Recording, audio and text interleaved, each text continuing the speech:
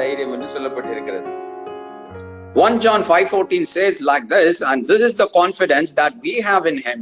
If we ask for anything according to his will, he listens to us.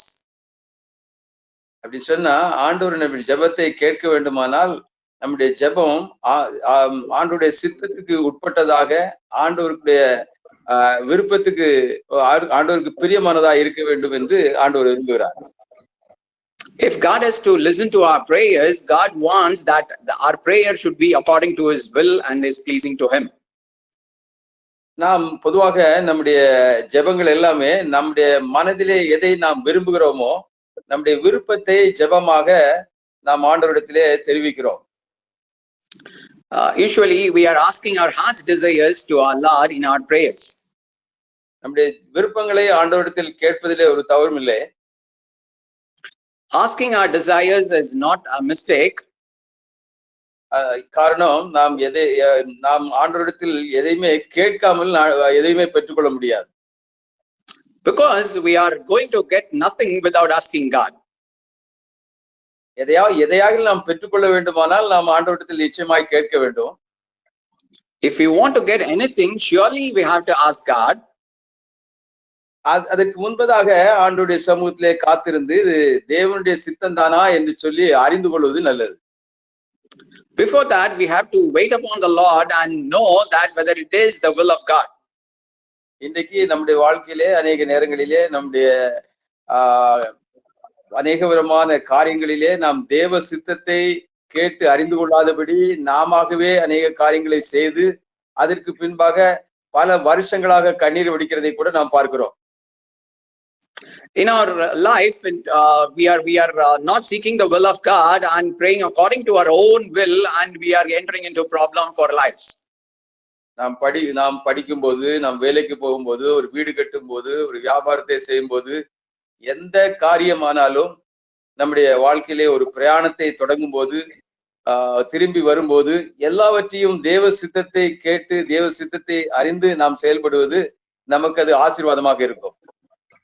Whatever may be the thing, whether it is a going or coming or a studies or business or a job, it is better to ask the will of God and do the things.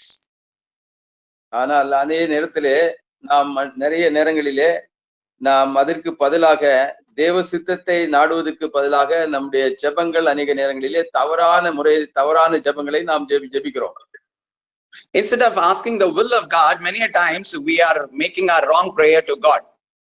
அதனால் நாம் பெற்றுக்கொள்ளவில்லை என்று வேதம் சொல்லுகிறது. That is why we are not getting what we are asking for. That is what the scripture says.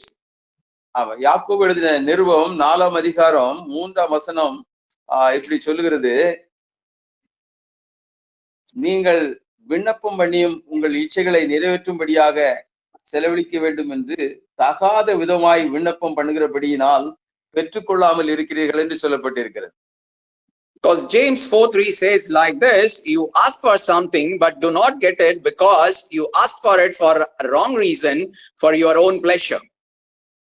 எபேசியர் 2ஆம் அதிகாரம் 3ஆம் வசனம் சொல்லுகிறது, நமது மாம்சமும் மனதும் விரும்புகிறதை செய்கிறதினாலே நாம் கோபாக்கனையின் பிள்ளைகளா இருந்தோம் என்று சொல்லப்பட்டிருக்கிறது. Ephesians 2:3 says, because we are doing what our flesh desires, we are the children of wrath. நம்முடைய மாம்சம் எதை விரும்புகிறதோ அதை நம்ம மனதில் சேர்ந்து விரும்பி கேட்கிறதை பார்க்க முடிகிறது.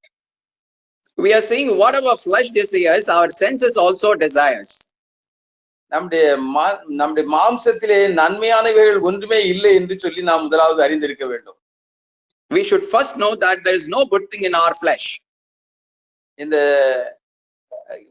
நம்முடைய மாம்சம் எப்பொழுதும் தேவனுடைய சித்தத்துக்கு விரோதமாக போராடுகிற ஒரு செயல் நம்முடைய மாம்சத்தில் இருக்கிறது என்று அப்போஸ்தலனாகிய பவுல் சொல்கிறார். Paul is telling a truth that always our flesh is fighting against the will of God. நான் விரும்புகிறதை செய்யாதபடி விரும்பாதவைகளை செய்யும்படியாக என் மாம்சத்திலே ஒரு காரியம் இருந்து கொண்டிருக்கிறது என்று சொல்கிறார். He is telling that there is a thing in my flesh that it is doing a thing that I am not willing to do. அதனால இந்த மாம்சம் விரும்புகிறதையும் மனம் விரும்புகிறதெல்லாம் சரியாக இருக்கும்னு சொல்லி அதற்காக நாம் ஜெபிக்க ஆரம்பித்து விடக்கூடாது. We should not pray that what our flesh and senses are desiring will be right. முதலாவது வசனத்தை பார்க்க வேண்டும். First, we have to look into God's word. தேவ சித்தத்தை நாட வேண்டும். Secondly, we have to seek the will of God. ஆண்டவர் கூட ஜெபம் பண்ணும்போது அப்படிதான் கற்றுக் கொடுத்தார். Even the Lord also taught us like that. உம்முடைய சித்தம் செய்யப்படுவதாக என்று சொல்லி ஜெபிக்கும்படியாக கேட்க சொன்னார்.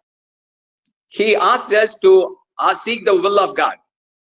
அநேக நேரத்தில் வேதத்தில் உள்ள ஒரு சில ஜெபங்களை நான் உங்களுக்கு காண்பித்து கொடுக்க விரும்புகிறேன். இது எப்படி ஆண்டவருடைய சித்தமில்லாத ஜெபத்தை சீஷர்கள் ஜெபித்தார்கள் என்று சொல்லி. I want to show some of the prayers that the disciples have made or wrong prayers. லூக்கா எழுதின சுவிசேஷம் 9ஆம் அதிகாரம் 54வது வசனத்திலே அந்த அப்போஸ்தலனாகிய யோவானும் யாக்கோவும் அந்த அந்த வந்த சீஷர்களிலே யோவான் ஆண்டவரை பார்த்து கேட்கிறார், ஆண்டவரே வானத்திலிருந்து அக்கினி இறக்கி இவர்களை அழிக்கும்படி கட்டளையிட உமக்கு சித்தமா என்று கேட்கிறார். We are seeing in Luke 9:54, the disciples James and John asked the Lord like this, Lord, do you want us to call fire down from the heaven to destroy them? அப்போ அந்த சமாரியா தேசத்தின் வழியாக ஆண்டவர் எருசலேமுக்கு கடந்து செல்ல வேண்டும். Our Lord Jesus has to travel to Jerusalem through the Samaritan nation. ஆனால் அவர் எருசலேமுக்கு போகிறார்கள் என்று அறிந்து அந்த வழியாக போகக்கூடாது என்று தடை செய்கிறார்கள். Those people are stopping them because they are going to Jerusalem through their village.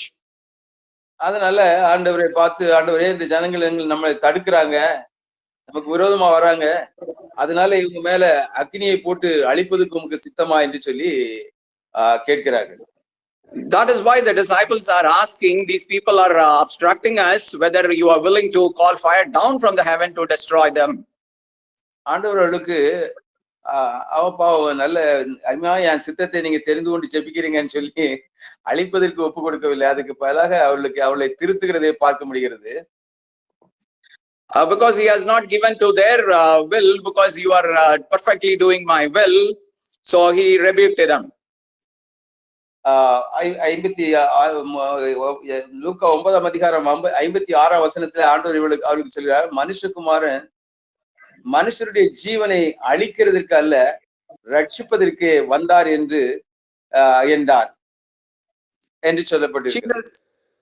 Jesus says in 9:56, for the Son of Man did not come to destroy men's lives but to save them. ஆமா, நாம கூட இப்போ அப்படி ஜெபிக்கிறோம். இந்த நிறைய நேரங்களில சைனாவில இருந்து இந்த கொரோனா வைரஸ் வந்துட்டு, ஆண்டவரே அந்த அந்த அந்த அதை கொண்டு அந்த செய்தவங்க மேல உங்களுடைய அக்கினியை போடுங்க ஆண்டவரே, அழிச்சிருங்க ஆண்டவரேன்னு சொல்றோம்.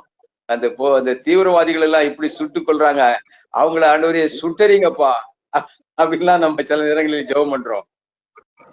Many times we are praying like that the coronavirus have come from China, so please destroy them, and the terrorists are fighting against us, so please consume them with the fire. Like that we are praying.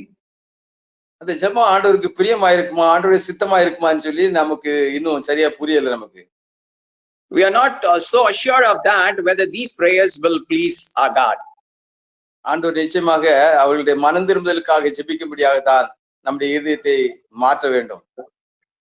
But surely God has to transform our hearts to pray for their salvation. மத்தேயு எழுதின சுவிசேஷம் 13ஆம் அதிகாரம் 28வது வசனத்திலே இன்னொரு ஜெபத்தை நாங்க பார்க்கிறோம். In Matthew 13:28 we are seeing another prayer. அந்த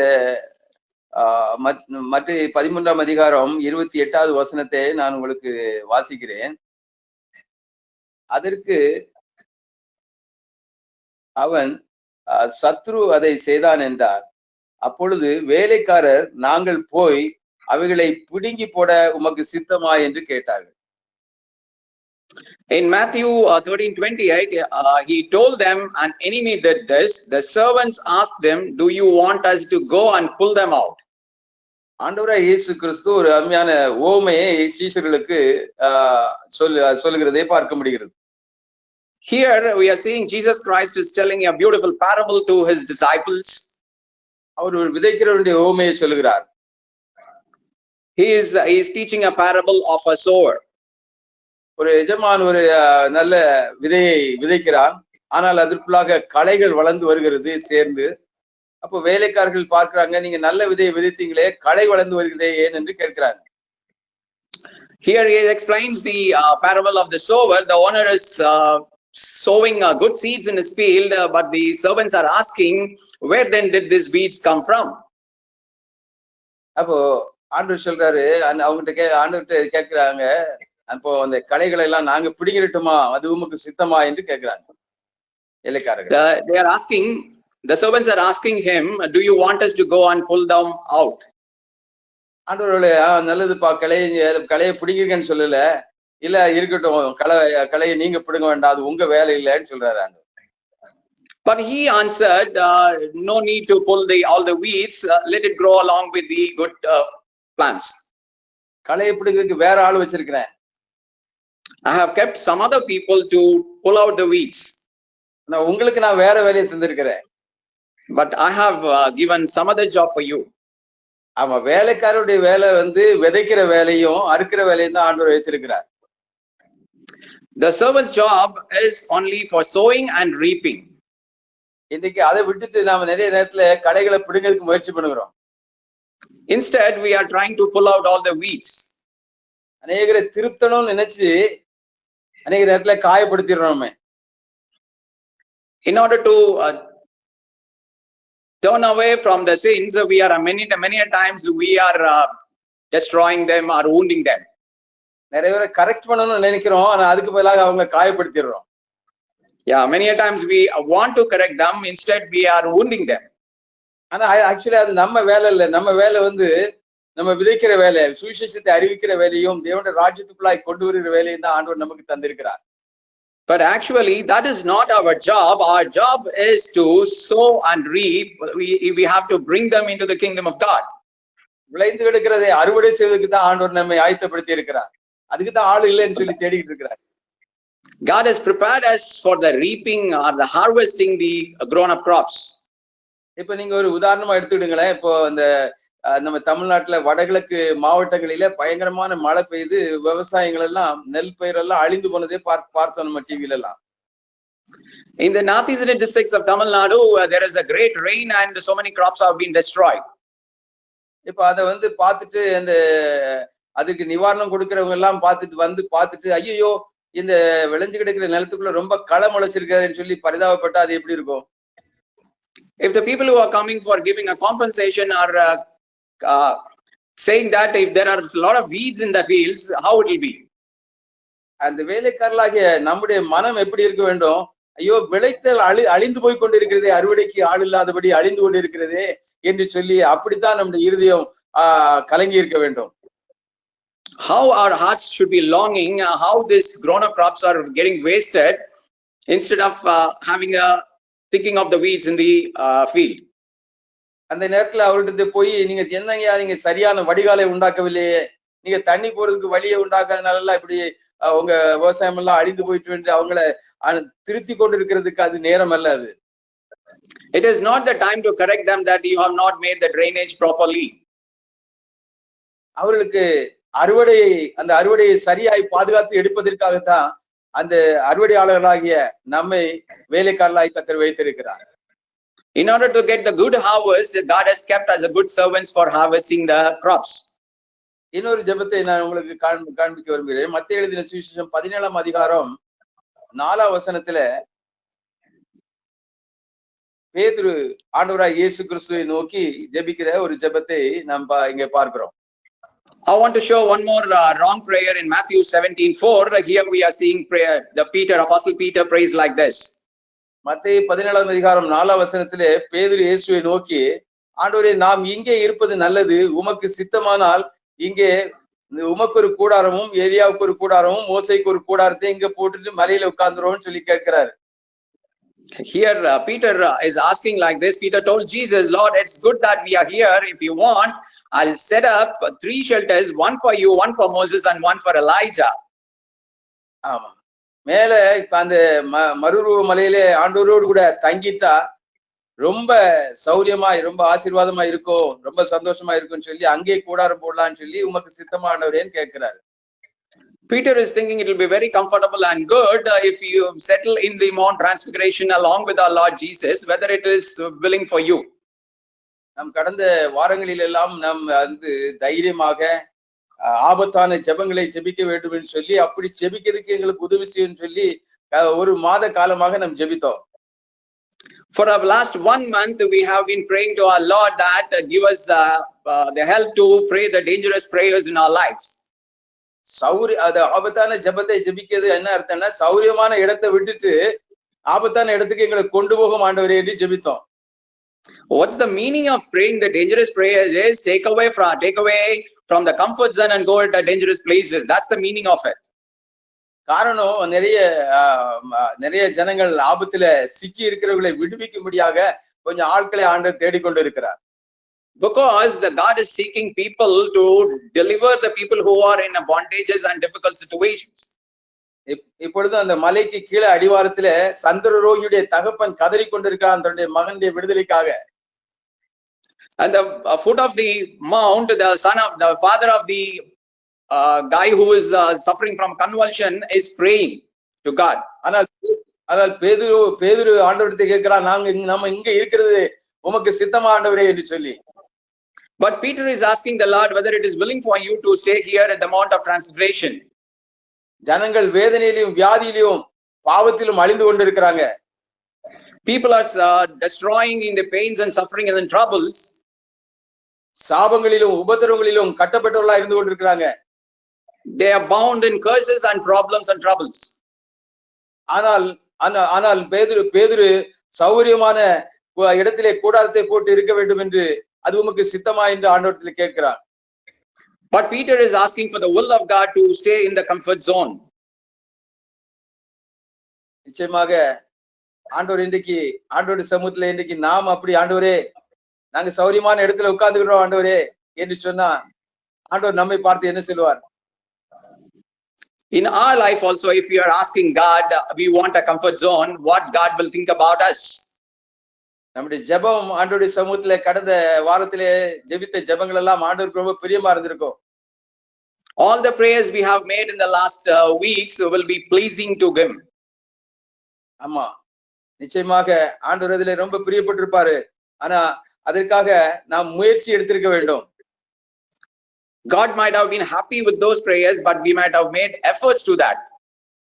நம் தேவ சித்தத்தை வித்தியாசமான முறையிலே நாம் தேடுகிறபடினால் தான் நாம் அதை செயல்படுத்த முடியாதவர்களா இருந்து கொண்டிருக்கிறோம். Since we are seeking God's will in a different manner, we are not able to get it. இப்படி நம்முடைய மனம் எல்லாமே தேவ சித்தம் என்று சொல்லி தவறான விதத்திலே நாம் ஜெபம் பண்ணுகிறதை நாம் பார்க்க முடிகிறது. We are seeing that we are making wrong prayers according to our senses and our desires. நம்முடைய மனசு விரும்புகிறபடி நம்முடைய மாம்சம் விரும்புகிறபடி நாம் ஜெபிக்க ஆரம்பிக்கிறோம். We are starting to pray our prayers according to our flesh and our senses. நம்ம மனசுல எது இருக்கோ அதுபடி மற்றவர்களை திருத்துவதற்கு முயற்சி பண்ணுகிறோம். We are trying to correct others according to our own desires. நாம் சௌரியமான வாழ்க்கை வாழ்வதற்காக ஆண்டவருடைய சித்தத்தை தேடுகிறோம். We are seeking the will of God to have a comfort life in our life. ஆனா ஆண்டவர் நம்மை குறித்து வைத்திருக்கிற சித்தம் என்னன்னு சொல்லி அறிந்து கொள்வதற்கு நாம் முயற்சி செய்வதில்லை. But we are not trying to find what the will of God are for us in our life. அதற்கு காரணம் என்ன சொன்னா நம்முடைய மனசு எப்பவுமே நம்முடைய விருப்பங்கள் எல்லாமே ஒரு வித்தியாசமான விருப்பமா இருந்து கொண்டிருக்கிறது. The reason why is our desires is our wrong desires. ஆமா, அதனாலதான் நம்மளால சரியாக அந்த தேவ சித்தத்தை அறிந்து கொள்வதற்கு முடியாதபடி நம்முடைய மனது அந்த பழைய நிலைமையில் இருந்து கொண்டிருக்கிறது. That is why we are not able to find the will of God, because our mind is in an old state. அதனால தேவ சித்தம் நாம் சரியாக அறிந்து கொள்ள வேண்டுமானால் நம்முடைய மனம் புதிதாக்கப்பட வேண்டும். If we want to know the will of God in the right sense, our mind has to be renewed. அதனால்தான் அப்போஸ்தலனாகிய பவுல் ரோமருக்கு எழுதின நிருபம் 12ஆம் அதிகாரம் 2ஆம் வசனத்திலே வரும்போது, that's why Paul says in Romans 12:2 like this. இந்த வசனத்தை பாருங்க. நீங்கள் இந்த பிரபஞ்சத்திற்கு ஒத்த வேஷம் தெரியாமல் தேவனுடைய நன்மையும் பிரியமும் பரிபூர்ண சித்தம் இன்னதென்று பகுத்தறியத்தக்கதாக உங்கள் மனம் புதிதாகுதனாலே நீங்கள் மறுரூபமாகுங்கள் என்று சொல்லப்பட்டிருக்கிறது. Paul advises like this here, do not be conformed to this world, but continuously be transformed by renewing of your mind, so that you may be able to determine what God's proper, pleasing, and perfect will is. இந்த மாம்சமும் மனதும் இந்த உலகத்தின் வேஷத்தை பார்க்குது. பார்த்த உடனே அதன் மேல ஒரு நல்ல ஒரு பிரியமா இருக்கிறதுக்கு முயற்சி பண்ணுகிறது. The flesh and the senses are seeing the world and it want to conform to that standard. இப்படித்தான் நாம் வாழ வேண்டும், இப்படி கர்த்தர் நம்மை ஆசீர்வதித்தால் நல்லவா இருக்கும் என்று சொல்லி நாம் அந்த விதமான விண்ணப்பத்தை ஆண்டவரிடத்தில் கொண்டு போகிறோம். It thinks that it will be good that if God bless like this and if we have the worldly life like this.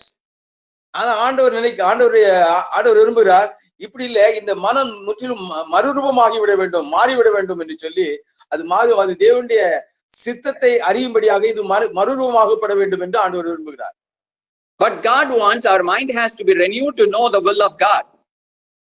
இந்த மனம் மறுரூபமாகிவிட்டால் தேவனுடைய பரிபூர்ண சித்தம் என்ன, தேவனுக்கு நன்மையும் பிரியமும் என்ன என்று சொல்லி இந்த 3 காரியங்களையும் அறிந்து கொள்வதற்கு முதலாவது நம்முடைய மனம் மறுரூபமாகப்பட வேண்டும் என்று ஆண்டவருடைய வார்த்தை சொல்கிறது. If the mind is renewed, it will be seeking the proper, pleasing, and perfect will of God. So the scripture says our mind has to be renewed for that. ஆமா, நம்முடைய மனது மறுரூபமாக வேண்டுமானால் நம்முடைய மனதிலே நம்முடைய இருதயத்திலே ஆவியானவர் கிரியை செய்ய வேண்டும். If our mind has to be renewed, if our heart has to be renewed, the Spirit of God has to work inside of us. அதனால தான் அப்போஸ்தலனாகிய பவுல் 2 கொரிந்தியர் 3ஆம் அதிகாரம் 18ஆம் வசனத்துல இப்படி எழுதியிருக்கிறது, ஆவியாய் இருக்கிற கர்த்தரால் அந்த சாயலாக தானே மகிமையின் மேல் மகிமை அடைந்து மறுரூபமாகிறோம் என்று சொல்லப்பட்டிருக்கிறது. In 2 Corinthians 3:18 says like this, we are becoming more like him with ever increasing glory from the Lord, who is the Spirit. நம்முடைய சாயல் முழுவதுமாக ஆண்டவருடைய சாயலிலே ஒரு நாளிலே மறுரூபமாக போகிறது. Our image has to be transformed like the Son's image in one day. இயேசுவின் சாயலை நாம் பெற்றுக்கொள்ள போகிறோம். We are going to get the image of Christ one day. அதற்கு முன்பாக ஆவியானவர் நம்முடைய மனதை மறுரூபமாக்க வேண்டும். Before that, the Spirit of God has to renew our mind. அவர் மறுரூபமாக்கும் போது, நம்முடைய மனதை மறுரூபமாக்கி விடும்போது நம்முடைய விண்ணப்பங்கள் வேண்டுதல் எல்லாம் வித்தியாசமாக மாறிவிடும். When the Spirit of God is renewing our mind, our requests and the prayers will be totally different. அதற்கு பின்பு ஆவியானவரே நமக்குள்ளா இருந்து விண்ணப்பங்களை ஜெபங்களை ஏறெடுக்கும்படியாக அவரே நம்மை உந்தி தள்ளுவார். After that, the Holy Spirit will induce us to make a prayer with groans. அதனால்தான் ரோமருக்கு எழுதின நிருபம் 8ஆம் அதிகாரம் 26ஆம் வசனம் சொல்லுகிறது, நாம் ஏற்றபடி வேண்டிக் கொள்வது என்னதென்று அறியாதிருக்கிறபடியால் ஆவியானவர் தாமே வாக்கு கடங்காத பெருமூச்சோடு நமக்காக வேண்டுதல் செய்கிறார் என்று சொல்லப்பட்டிருக்கிறது. That is why Romans 8:26 says, we do not know what we ought to pray for, but the Spirit himself intercedes for us through wordless groans. இந்த நமக்கு இந்த மறுரூபமாகாத இந்த மனதும் மாமிசமும் இந்த உலகத்தில் உள்ள காரியங்களை குறித்து எதை புசிப்போம், எதை குடிப்போம் என்று சொல்லி, எதை உடுப்போம் என்று சொல்லி அதை சுற்றி அந்த உலகத்தின் வாழ்க்கையின் மேன்மைக்காகவே வேண்டுதலையும் விண்ணப்பத்தையும் அனுதினமும் செய்ய வைத்துக் கொண்டிருக்கோம். Our unrenewed mind will be seeking all the worldly pleasures and it will make us to pray for such kind of things in our life. ஆவியானவரும் நமக்காக தான் வேண்டுதல் செய்யறாரு. ஆனா எப்படி வேண்டுதல் செய்ய வேண்டும் என்று சொல்லி நாம் அறியாது இருக்கும் போது சரியாக வேண்டுதல் செய்வதற்கு ஆவியானவர் நமக்காக நம்மோடு கூட சேர்ந்து விண்ணப்பம் பண்ணுகிறார். Since we do not know what we ought to pray for, the Spirit of God joins with us and he is making the prayer for us with wordless groans. ஆவியானவர் வேற யாருக்காவது விண்ணப்பம் பண்ணல, நமக்காக விண்ணப்பம் பண்ணும்படியாக, நாம் ஏற்றபடி விண்ணப்பம் பண்ணும்படியாக, நாம் தேவ சித்தத்தின்படி விண்ணப்பம் பண்ணும்படியாக ஆவியானவர் நமக்குள்ளாக இருந்து அந்த விண்ணப்பத்தையும் வேண்டுதலையும் கொண்டு வருகிறார். The Spirit of God is not praying for others. He is praying for our own self in order to pray the right prayer with the will of God and the desires of God. நம்முடைய மனது மறுரூபமாகி விடுமானால் நம்முடைய விண்ணப்பங்கள் எல்லாமே முற்றிலுமாக மாறி தேவ சித்தம் என்ன என்று அந்த சித்தத்துக்கு ஏற்ற ஜெபத்தை செய்ய ஆரம்பித்து விடுவோம். If our mind renews, our mind will be making the prayers according to the will of God. இப்ப முதலாவது நம்முடைய மனது இந்த உலகத்துடைய பிரபஞ்சத்துக்குரிய காரியங்களை குறித்து அதிகமாக அது நிரம்பி அந்த பிரபஞ்சத்துடைய காரியங்களை பெற்றுக்கொள்ள வேண்டும் என்று மிகவும் வாஞ்சித்துக் கொண்டிருந்தால் ஜெபம் விண்ணப்பங்கள் வேற மாதிரி இருந்தது. இனி நம்முடைய ஜெபம் மாறப்போகிறது. Since our mind is conforming to this world, our mind was very much seeking for all the worldly pleasures. Since our mind is renewed now, our prayer will be totally different according to the will of God. நாம் இனி இப்படி ஜெபிப்போம். 1 தீமோத்தேயு 2:4 சொல்லப்பட்டிருக்கிறபடி எல்லா மனிதரும் ரட்சிக்கப்படவும் எல்லாரும் சத்தியத்தை அறிகிற அறிவை அடைய வேண்டும் என்று சொல்லியிருக்கிற ஆண்டவரே, அந்த உம்முடைய சித்தம் நிறைவேற வேண்டும் என்று நாம் ஜெபிக்க ஆரம்பிப்போம். We will start praying for the will of God to be fulfilled like this, so that all the people of this world have to be saved and come to a knowledge of the truth. Like this, we will start praying. இந்த பிரபஞ்சத்தினுடைய காரியத்தை முற்றிலுமாக புறக்கணித்து விட்டு நாம் எப்படி ஜெபிக்க ஆரம்பிப்போம்.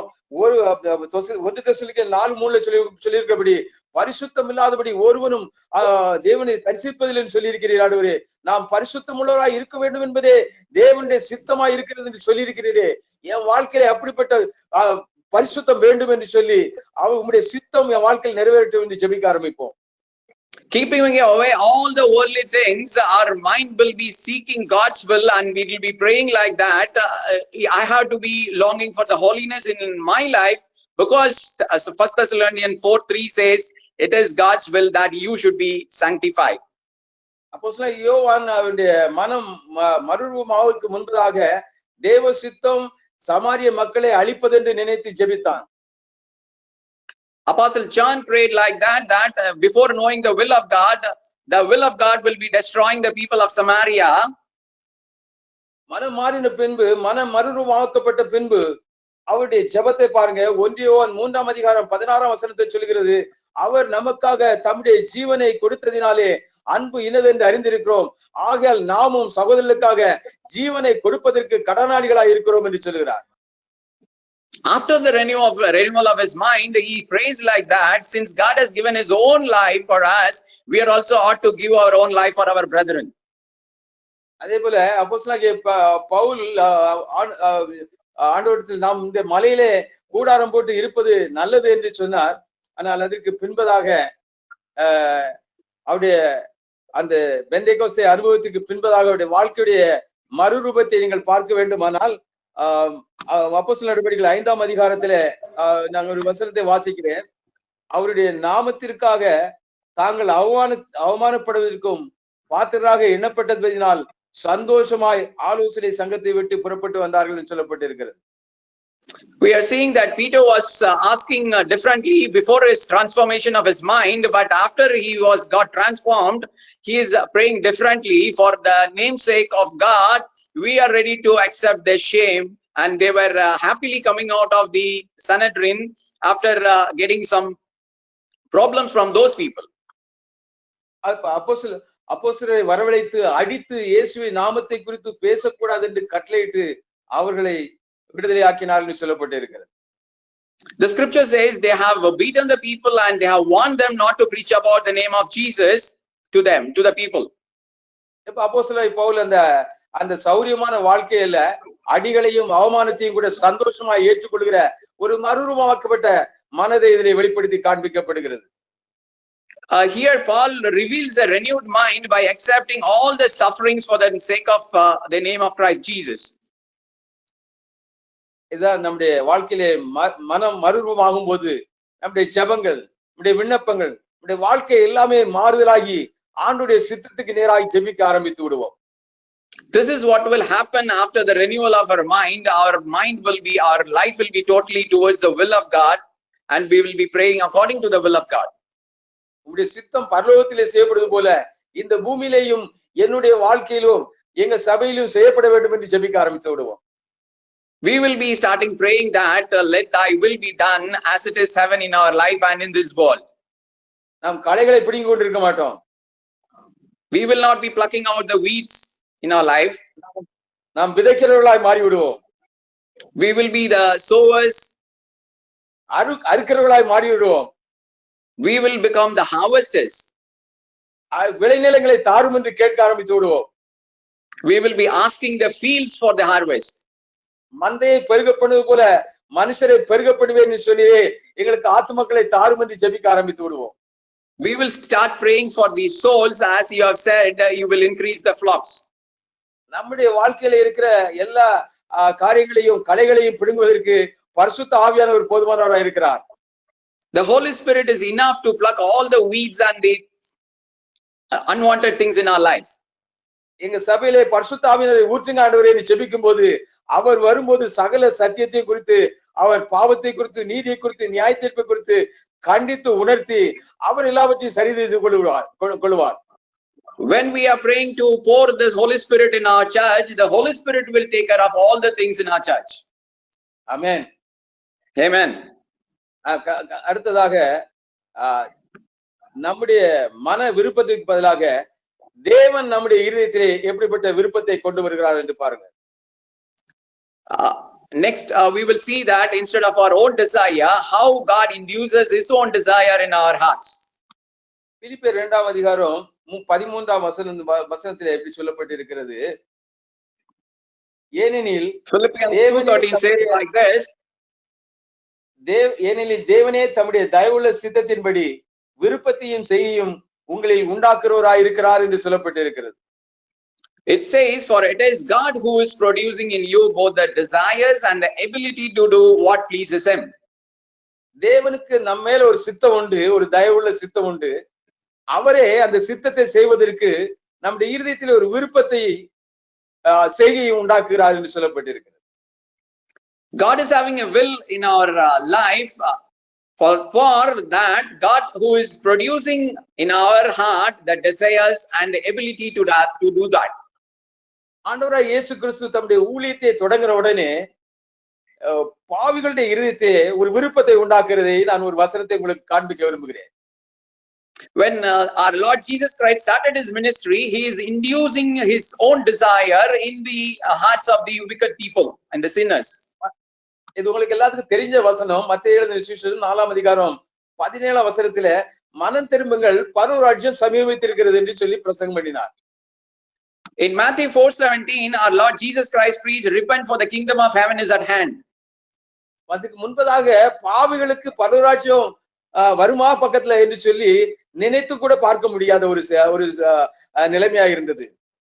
It was a situation whether the kingdom of God will come to the wicked people or the sinners. ஆண்டவர் முதலாவது பாவிகளுக்கு பரலோகராஜ்யத்தின் மேல் ஒரு விருப்பம் உண்டாகும்படியாக அவருடைய முதல் பிரசங்கத்தை எடுத்து வைக்கிறதை பார்க்க முடிகிறது. We are seeing that he started his first ministry or first preaching to induce the desire about the kingdom of God. அதே போல நீங்க இன்னொரு அருமையான பகுதியை பாருங்க. இந்த ஆண்டவராய் இயேசு கிறிஸ்து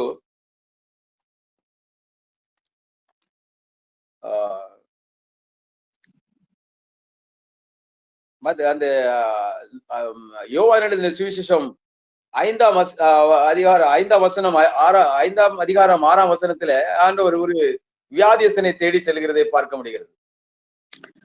Also want to show one more incident in John 5:6. Jesus is going to a sick person there. அவன் ஒரு வெகு நாள் வியாதிப்பட்டவன். He was sick for so long period. 38 வருஷம் வியாதியஸ்தன். He was sick for 38 years. நீங்களும் நானும் இதுவரைக்கும் நம்ம வாழ்நாள்ல ஒரு மனுஷன் வியாதி படுக்கையில 38 வருஷம் கிடக்கிறத பார்த்திருக்கவே முடியாது. We might not have seen our lifetime a sick person for 38 years. இன்றைக்கும் அநேகர் சொல்றாங்க சில கைதிகள் அதிக வருஷமாக 30-40 வருடங்கள் சிறைச்சாலையில இருந்த பின்பு அவர்கள் விடுதலை ஆவதற்கு ஒன்றும் விருப்பமே அவருடைய வாழ்க்கையில இருக்காதான். Today also we are hearing that many people in the bondages in the prison are not liking to come out of the prison. காரணம் அவளுக்கு இனிமே என்ன இருக்குது, 40 வருஷம் இங்க இருந்தாச்சு, இனிமே எங்க போய் என்ன செய்ய போறோம், யாரு இருக்கா, யாரை போய் பாக்குறதுன்னு சொல்லி அந்த நம்பிக்கையை விட்டு விடுவாங்க. Because they don't have any hope in their life after 40 years leading the life in the prison. Who is there outside, and what is the hope they are having outside in the world? இந்த 38 வருஷம் வியாதியா இருந்த மனிதனுக்கு இனி நாம் தப்பி பிழைச்சு வீட்டுக்கு போவாங்கிற நம்பிக்கை அவனுடைய வாழ்க்கையில முற்றிலுமா அற்று போன ஒரு நிலைமை. Because that person also did not have a hope after 38 years of sickness to come out of that sickness and to live a good life after this. அவனுக்கு ஆரம்பத்துல கொஞ்சம் சரீரத்துல பலன் இருந்திருக்கலாம். அவன் முயற்சி செய்து, நான் எத்தனையோ தடவை முயற்சி செய்து அந்த குளத்துல இறங்குவதற்கு முயற்சி பண்ணேன், ஆனா எனக்கு முன்னால ஒருத்தன் முந்திட்டான். In the beginning of the sickness, he might have had some strength in his body, and he might have been trying to get into the pool to get free from that sickness. ஒரு சில வருஷங்கள் 10-20 வருஷங்கள் கூட முயற்சி பண்ணிருக்கலாம். He might have tried for 10 or 20 years. இப்ப அதுக்கு ஒரு யாரும் வந்து அவரை பார்க்க கூடிய விசிட்டர் யாரும் வர்ற மாதிரி தெரியல. After that, now there is no person is coming to meet him also. இப்ப அவனுக்கு வியாதி சுகமாக நம்பிக்கை இல்ல, அவனுடைய விருப்பமும் இல்ல. அப்படி அவ்வளவுதான், இன்னும் மரித்து போக போறேன்னு சொல்லி காத்துக்கிட்டு இருக்கிறான். He did not have any hope of healing or did not have a desire to get healed. அப்பதான் ஆண்டவர் அவரை பார்த்து கேட்கிறார், நீ சுகமாக வேண்டும் என்று விரும்புகிறாயா என்று சொல்லி அவனுடைய இருதயத்திலே ஒரு விருப்பத்தை கர்த்தர் போடுகிறார். At that time only our Lord Jesus Christ is coming and inducing a desire in his heart. Do you want to get well? அந்த விருப்பம் அவனுடைய இருதயத்துக்குள்ளாய் போனது. That desire got into his heart. இப்ப ஆண்டவர் சொல்ற, எழுந்திரு, உன் படுக்கை எடுத்துக்கொண்டு நடைன்னு சொல்கிறார். Now our Lord Jesus Christ is telling, get up and take your bed and walk. இந்த விருப்பத்தை ஆண்டவர் முதலாவது இதயத்திலே போடாமல் இருந்தால், அந்த மனிதன் விரும்பாமல் இருந்தால் அவன் ஒருவேளை சுகமாய் இருக்க முடியாது. If our Lord might not have induced this desire in his heart, and the person did not have the desire to get healed, he might not have got healed. நாம் சுகமாக வேண்டும், நாம் வாழ வேண்டும், நாம் பரிசுத்தமாய் ஜீவிக்க வேண்டும், நாம் தேவனுக்காக ஆத்துமாக்களை ஆதாயம் செய்ய வேண்டும். இவைகள் எல்லாவற்றுடைய வாஞ்சையை தேவனே நம்முடைய இருதயத்திலே வைக்கிறவராய் இருக்கிறார். God himself is inducing the desire that we should get healed, we should live a holy life, and we should have a soul winning life is the desire that God is having for us. நீங்க 2 கொரிந்தியர் 8ஆம் அதிகாரத்துல 2-5 வசனத்தை வாசித்து பார்க்கும்போது, அந்த கொரிந்திய சபையில் இருந்த அந்த விசுவாசிகளுக்கு ஆண்டவர் அவருடைய இதயத்தில் ஒரு விருப்பத்தை வைக்கிறார், அதிகமாக ஏழைகளுக்கு காணிக்கையை கொடுக்க வேண்டும் என்று சொல்லி. If you read in 2 Corinthians chapter 8 2-5, God is inducing a desire to take part in the giving ministry. அவர்கள் கொடிய தரித்திரத்தில் இருக்கிறார்கள் என்று சொல்லி பார்க்க முடிகிறது. They are in a deep poverty, we are seeing. அந்த சாரிபாத் விதவை சொன்னது போல, என்கிட்ட கொஞ்சம் மாவு இருக்குது, கொஞ்சம் எண்ணெய் இருக்குது, இதை சுட்டு சாப்பிட்டுட்டு இன்னைக்கு சாக போறேன்னு சொல்ற நிலைமையில இருக்குது. They were in a situation like the widow of the Sariphat, that I have a small quantity of flour, I am going to eat this and going to die. ஆனால் ஆண்டவருடைய இதயத்தில் ஒரு விருப்பத்தை வைத்திருக்கிறார். But God is inducing a desire in their heart. பரிசுத்தவான்களுக்காக அநேக பொருள் சகாயம் செய்ய வேண்டும் என்று சொல்லி, to make the offerings to all the holy people. ஒன்று நாளாகமம் 23 அதிகாரத்தில் நீங்க பார்க்கும்போது, கடைசி பகுதியில் வரும்போது, அந்த தேவனுடைய தாசனாகிய தாவீதுடைய வாழ்க்கையிலே தேவாலயம் கட்டப்பட வேண்டும் என்கிற ஒரு விருப்பத்தை அவனுடைய வாழ்க்கையிலே காணப்படுகிறது. If you see in the First Chronicles in the last portion, we are seeing a desire in the heart of David to build the temple for his God. ஆண்டவர் அவனை நீ கட்டாண்டான்னு சொன்னா கூட அவனுடைய இதயத்துக்குள்ள ஒரு விருப்பத்தை கர்த்தர் வைத்திருக்கிறார். அதற்காக அவன் பொருட்களை சவதரித்து வைக்கிறான். Even though God has said that you need not build the temple for me, but he has a very good desire and enticing desire to build the temple of God. தேவனுடைய ஆலயத்துக்காக வந்த அந்த தங்கமும் வெள்ளியை தவிர என்னுடைய வாழ்க்கையிலே சுயமாய் சம்பாதித்த எல்லாவற்றையும் நான் தேவனுடைய ஆலயத்துக்காக கொடுக்கிறேன் என்ற விருப்பத்தை அவனுடைய இதயத்தை ஆண்டவர் வைக்கிறார். More than the gold and the silver I have received for the temple of God, I'm going to give my own treasures of gold and silver for the sake of the temple of God. இவைகள் எல்லாம் தேவனுடைய நாமத்துக்கு மகிமைக்காக நம்முடைய இருதயத்திலே ஆண்டவர் இப்படிப்பட்ட விருப்பங்களை வைக்கிறார். For the glory of God, God is keeping all these kind of desires in our heart. நாம் ரட்சிக்கப்பட வேண்டும் என்ற விருப்பத்தை, வியாதியிலிருந்து சுகமாக வேண்டும் என்ற விருப்பத்தை, பரிசுத்தமாக வேண்டும் என்ற விருப்பத்தை, ஊழியம் செய்ய வேண்டும் என்ற விருப்பத்தை, ஊழியத்துக்கு கொடுக்க வேண்டும் என்ற விருப்பத்தை தேவனே தம்முடைய தயவுள்ள சித்தத்தின்படி நம்முடைய இருதயத்திலே எதை வைக்கிறார். According to his will, God himself is placing this kind of desires to get healed, to get a good life, to get a holy life, and to do the ministry of giving for the saints. ஆனால் அதே மாதிரி பிசாசானவனும் நம்முடைய இருதயத்திலே அவனுடைய சித்தத்தை நிறைவேற்றுவதற்கு நம்முடைய இருதயத்திலே சில விருப்பங்களை அவன் கொண்டு வருகிறதை பார்க்க முடிகிறது. Similarly, the devil is also trying to induce his own desires to bring destruction in our life or fulfill his will in our life. ஆதியாகமம் 3ஆம் அதிகாரத்திலே ஏவாளோடு கூட அந்த பிசாசு இடைபடுகிறதே இந்த வசனங்களிலே சொல்லப்பட்டிருக்கிறதை பார்க்க முடிகிறது. We are seeing in Genesis 3:5 how the devil induces his own desire in the hearts of Adam and Eve. அவருடைய இதயத்திலே ஒரு பொல்லாத ஒரு விருப்பத்தை உருவாக்குறதை பார்க்க முடிகிறது. We are seeing there the devil is inducing a bad desire in the heart of Eve. நீங்கள் தேவனைப் போல ஆகலாம் என்ற விருப்பத்தை அவருடைய இதயத்திலே முதலாவது வைக்கிறார். He is keeping the desire that you can be like God.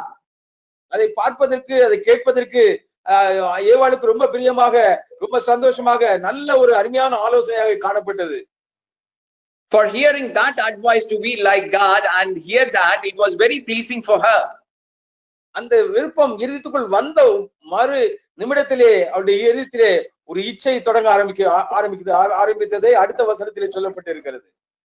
The very moment that desire came into her heart, the lust crept into her heart. That's what the next verse says. இன்றைக்கும் பிசாசானவன் அநேக விருப்பங்களை நம்முடைய இருதயத்திலே கொண்டு வரும்போது, அது அந்த விருப்பம் நம்முடைய இதயத்திலே ஏற்றுக்கொள்ளப்படும் போது அடுத்த செகண்ட் அது இச்சையாக மாறி அது பாவம் செய்வதற்கு ஏதுவான தூண்டப்படுகிறதை பார்க்க முடிகிறது. Today also, when the devil brings his own desire into our heart, when we are accepting that desire, it becomes a tool for the sin in our life.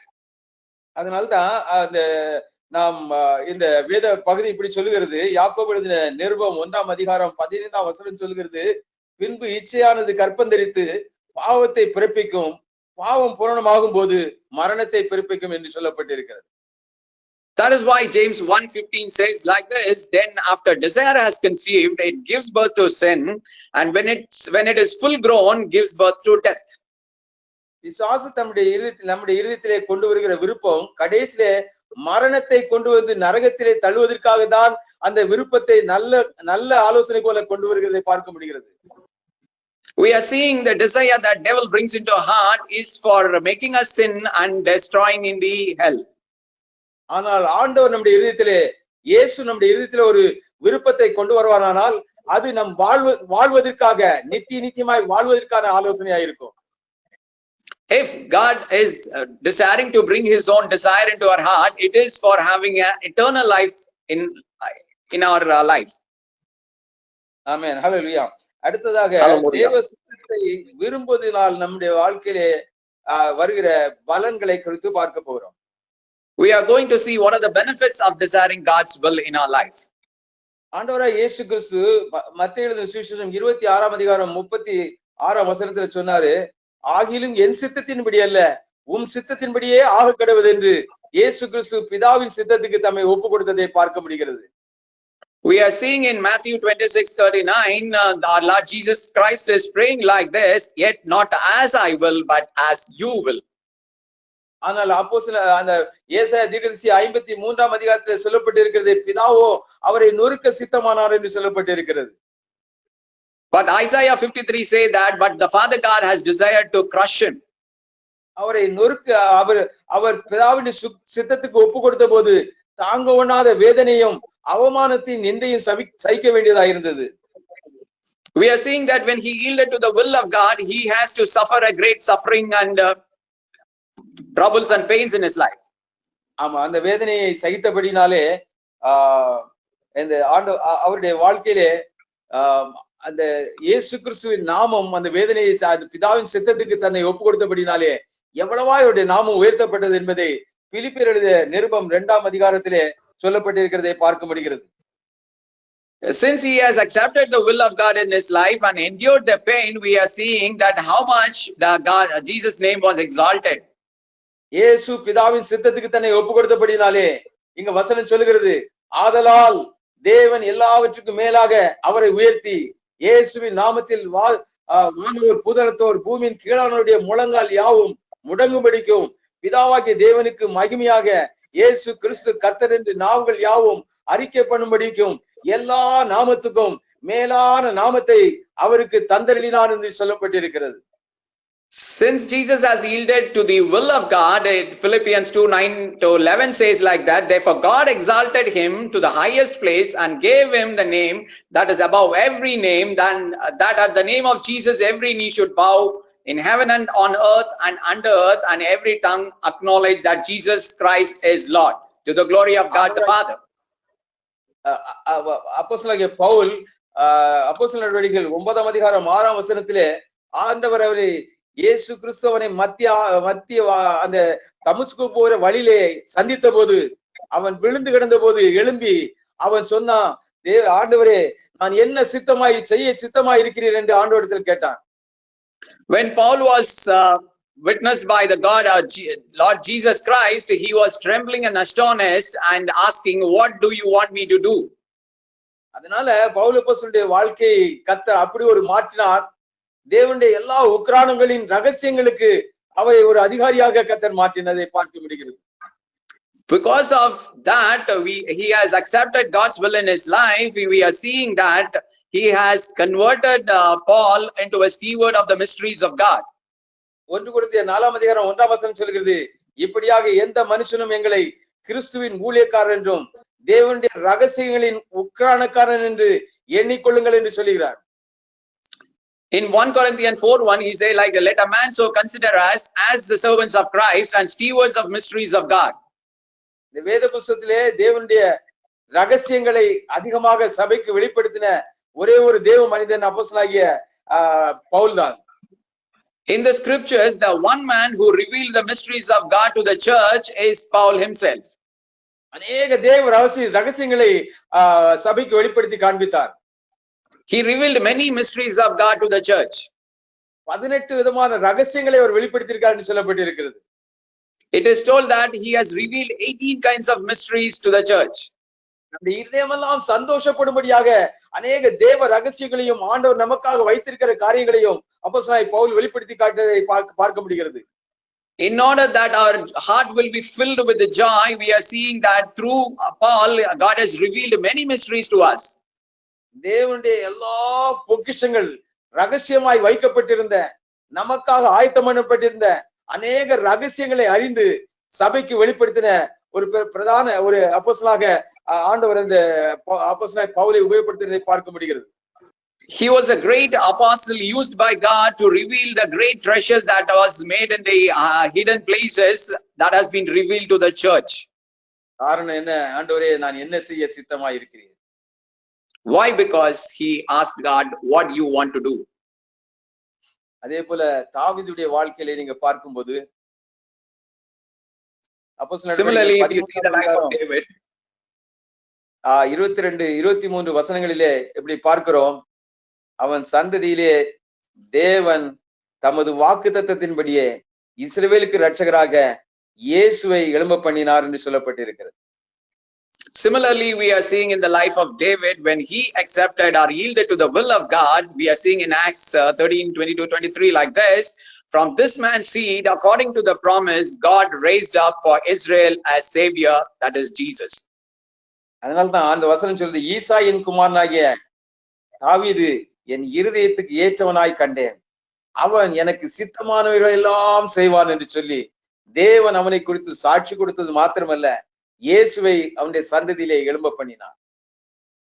He is telling David is acceptable to my heart, the son of Jesse, So that's why he has raised the Savior Jesus Christ in his lineage.